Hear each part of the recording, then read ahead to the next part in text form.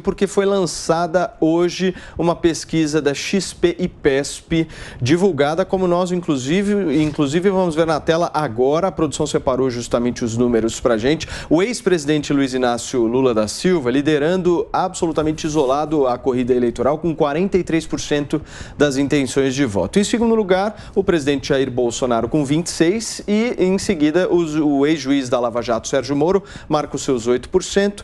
O ex-ministro Ciro Gomes tem 7% e João Dória marca 3%. O tucano Eduardo Leite, derrotado nas prévias do PSDB, também aparece na pesquisa, só que com 1% das intenções de voto. Piperno, essa pesquisa trouxe alguma novidade? Não, nenhuma novidade. Os grandes institutos, os 4 maiores, eles têm apresentado números muito parecidos já de alguns meses para cá. O único detalhe que a gente pode apontar de levemente diferente é que também todos esses levantamentos há uma oscilação para cima de 1%, 2%, dependendo de qual deles seja, do presidente Bolsonaro. Também reflexo do pacote de bondades apresentado desde o final do ano. Algumas medidas, inclusive, importantes, como a elevação do piso salarial do magistério. E aí, Marco, algum destaque que você traz dessa pesquisa? Porque o quadro ele está mantido, mas tem a inserção do Eduardo Leite, governador do estado do Rio Grande do Sul. Algum potencial eleitoral? Paulo, eu vejo nessa pesquisa, eu não consigo atribuir causalidade como o Piperno faz com um universo tão restrito de pesquisados, né, de pessoas entrevistadas efetivamente. Então, às vezes o Piperno traz aqui, possivelmente, pacote de bondades, magistério. Que é bom. Isso daí tem uma... Não, mas eu não consigo enxergar numa pesquisa para 3 mil, 5 mil pessoas essa relação toda, essa sensibilidade, quando você muda percentuais tão ínfimos, de 1%, 2%. Então, de novo, né, a minha interpretação é muito simples a respeito disso. A pesquisa ela dá um traço, uma diretriz a respeito dos 2 polos que vão debater nessas eleições. De um lado, o pessoal que está apoiando o presidente Bolsonaro e de outro, o ex-presidiário e a questão toda que a gente já discutiu com o Piperno. Quem apoia questões imorais e a volta do PT no poder. O Marco, mais imoral só fazer um apontamento. Cai do mundo. Essa pesquisa, nós sempre que a gente consegue por aqui, a gente traz justamente esses números e vai comentando junto com a nossa audiência aqui e com os senhores. Eu me lembro que nós, no mês passado, trouxemos aqui no 3 em 1 a pesquisa e a distância entre Lula e Bolsonaro eram de 14 pontos. Hoje essa distância, segundo a pesquisa XP e PESP, cai para 9%. E aí, Serrão? Pois é, de novo, essas pesquisas não refletem o mundo real. A amostragem delas pequena, não dá para confiar absolutamente no resultado dessas pesquisas. Lula é o político que desmoralizou a honradez. Só um idiota vai acreditar que o brasileiro tem, em sua maioria, pessoas desonestas, sem nenhuma moral, para votar no cara que foi descondenado, o corrupto que foi descondenado por um golpe do Supremo Tribunal Federal. Então, essa pesquisa, parece que o Lula tem aí a confiança do Joe Biden na OTAN e aguarda o Bolsonaro, que pode ser um Putin nessa guerra eleitoral. E aí, Constantino, qual o seu destaque dessa pesquisa? Meu destaque é um só, Paulo. O Mamãe Chorei estava chorando outro dia, junto com o Moro, né? Porque o nome dele não aparecia na pesquisa da XP por culpa minha. Bom, se eu tenho essa influência toda, eu adoraria saber por que o Lula está com essa vantagem que todos nós sabemos que é absolutamente irreal. Eu não confio em nenhuma dessas pesquisas. Não atribuo a má fé, ao contrário do Mamãe Chorei. Eu atribuo a provavelmente algum erro de metodologia ou a equipe contratada, porque nenhum desses institutos tem tanto funcionário assim, a equipe terceirizada para fazer, né, as ligações ou as perguntas presenciais, quando é o caso. Eu simplesmente não consigo engolir a ideia de que mais de 40% da população brasileira quer a volta de um ladrão corrupto, safado, ligado ao Foro de São Paulo. Constantino, é difícil acreditar que um percentual tão grande de brasileiro flerta com a imoralidade. Esse é o ponto. Isso que causa estranheza e espécie para nós, né? Bom, saindo do subjetivo, que são essas considerações que, obviamente, provocam a discordância. Não, enfim, mais de metade da população brasileira parece que discorda disso. O fato é o seguinte, então, todos os institutos estão cometendo erros metodológicos na avaliação de Rodrigo Constantino, assim como você trouxe um dado que eu quase caí da cadeira no começo aqui, que é a história lá de que seria mais difícil invadir o Texas do que Nova York e Califórnia. Confesso para você que eu gostaria de entender isso. Você não entendeu que é mais difícil. Vai tentar assaltar o jogador do Texas. O Piperno falou do Constantino, o Constantino em seguida do Serrão.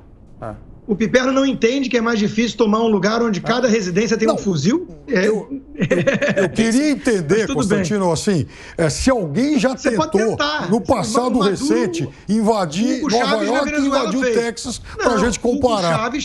Hugo Chávez fez na Venezuela. Se a Venezuela tivesse arma que nem o Texas, a história teria sido diferente. Sobre os institutos, deixa eu só chamar atenção para um ponto, Piperno.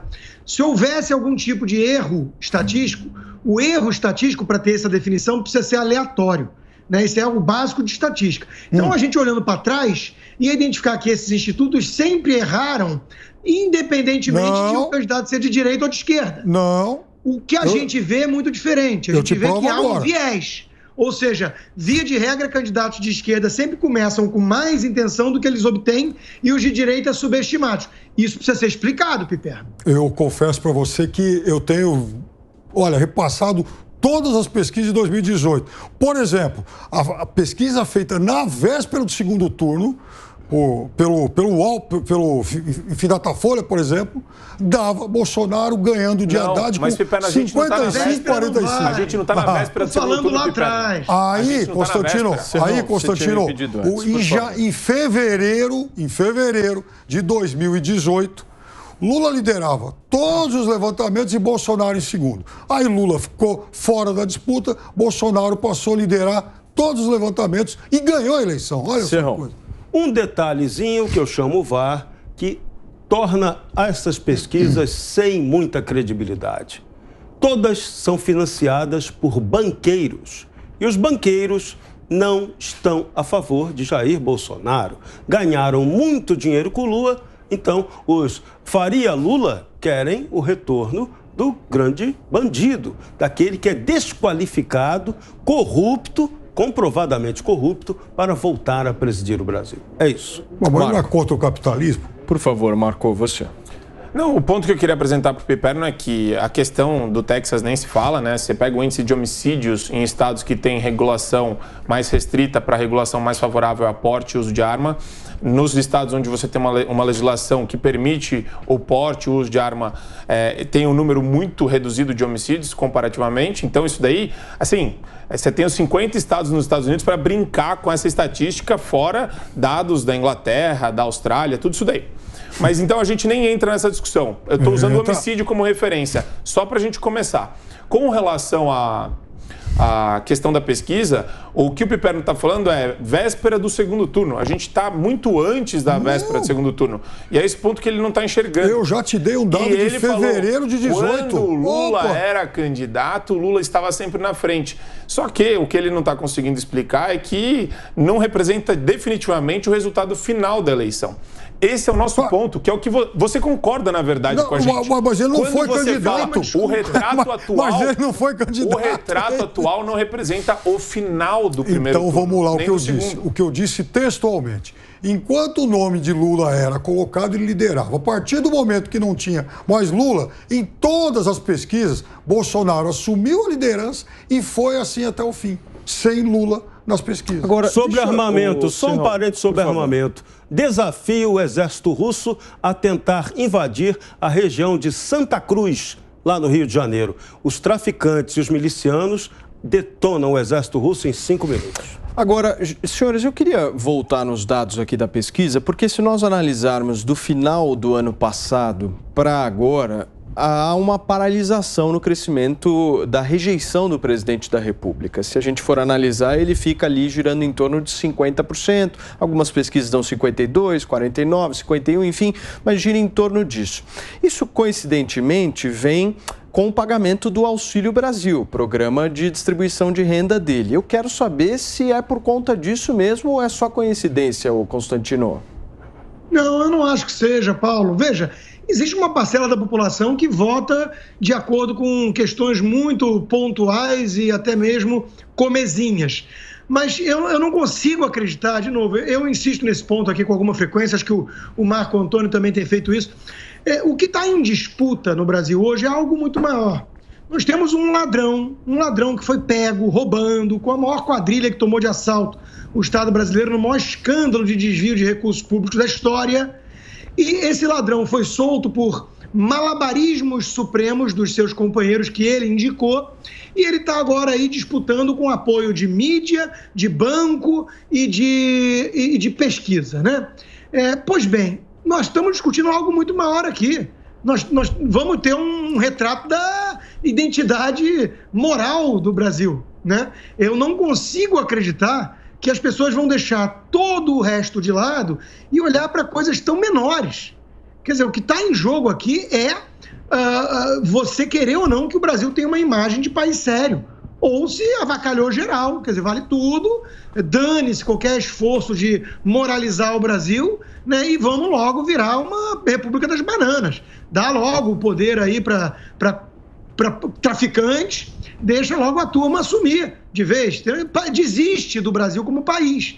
Então, assim, nós estamos discutindo algo muito sério. Não quero crer que coisas assim façam tanta diferença no final do dia. Estamos discutindo aqui assuntos maiores.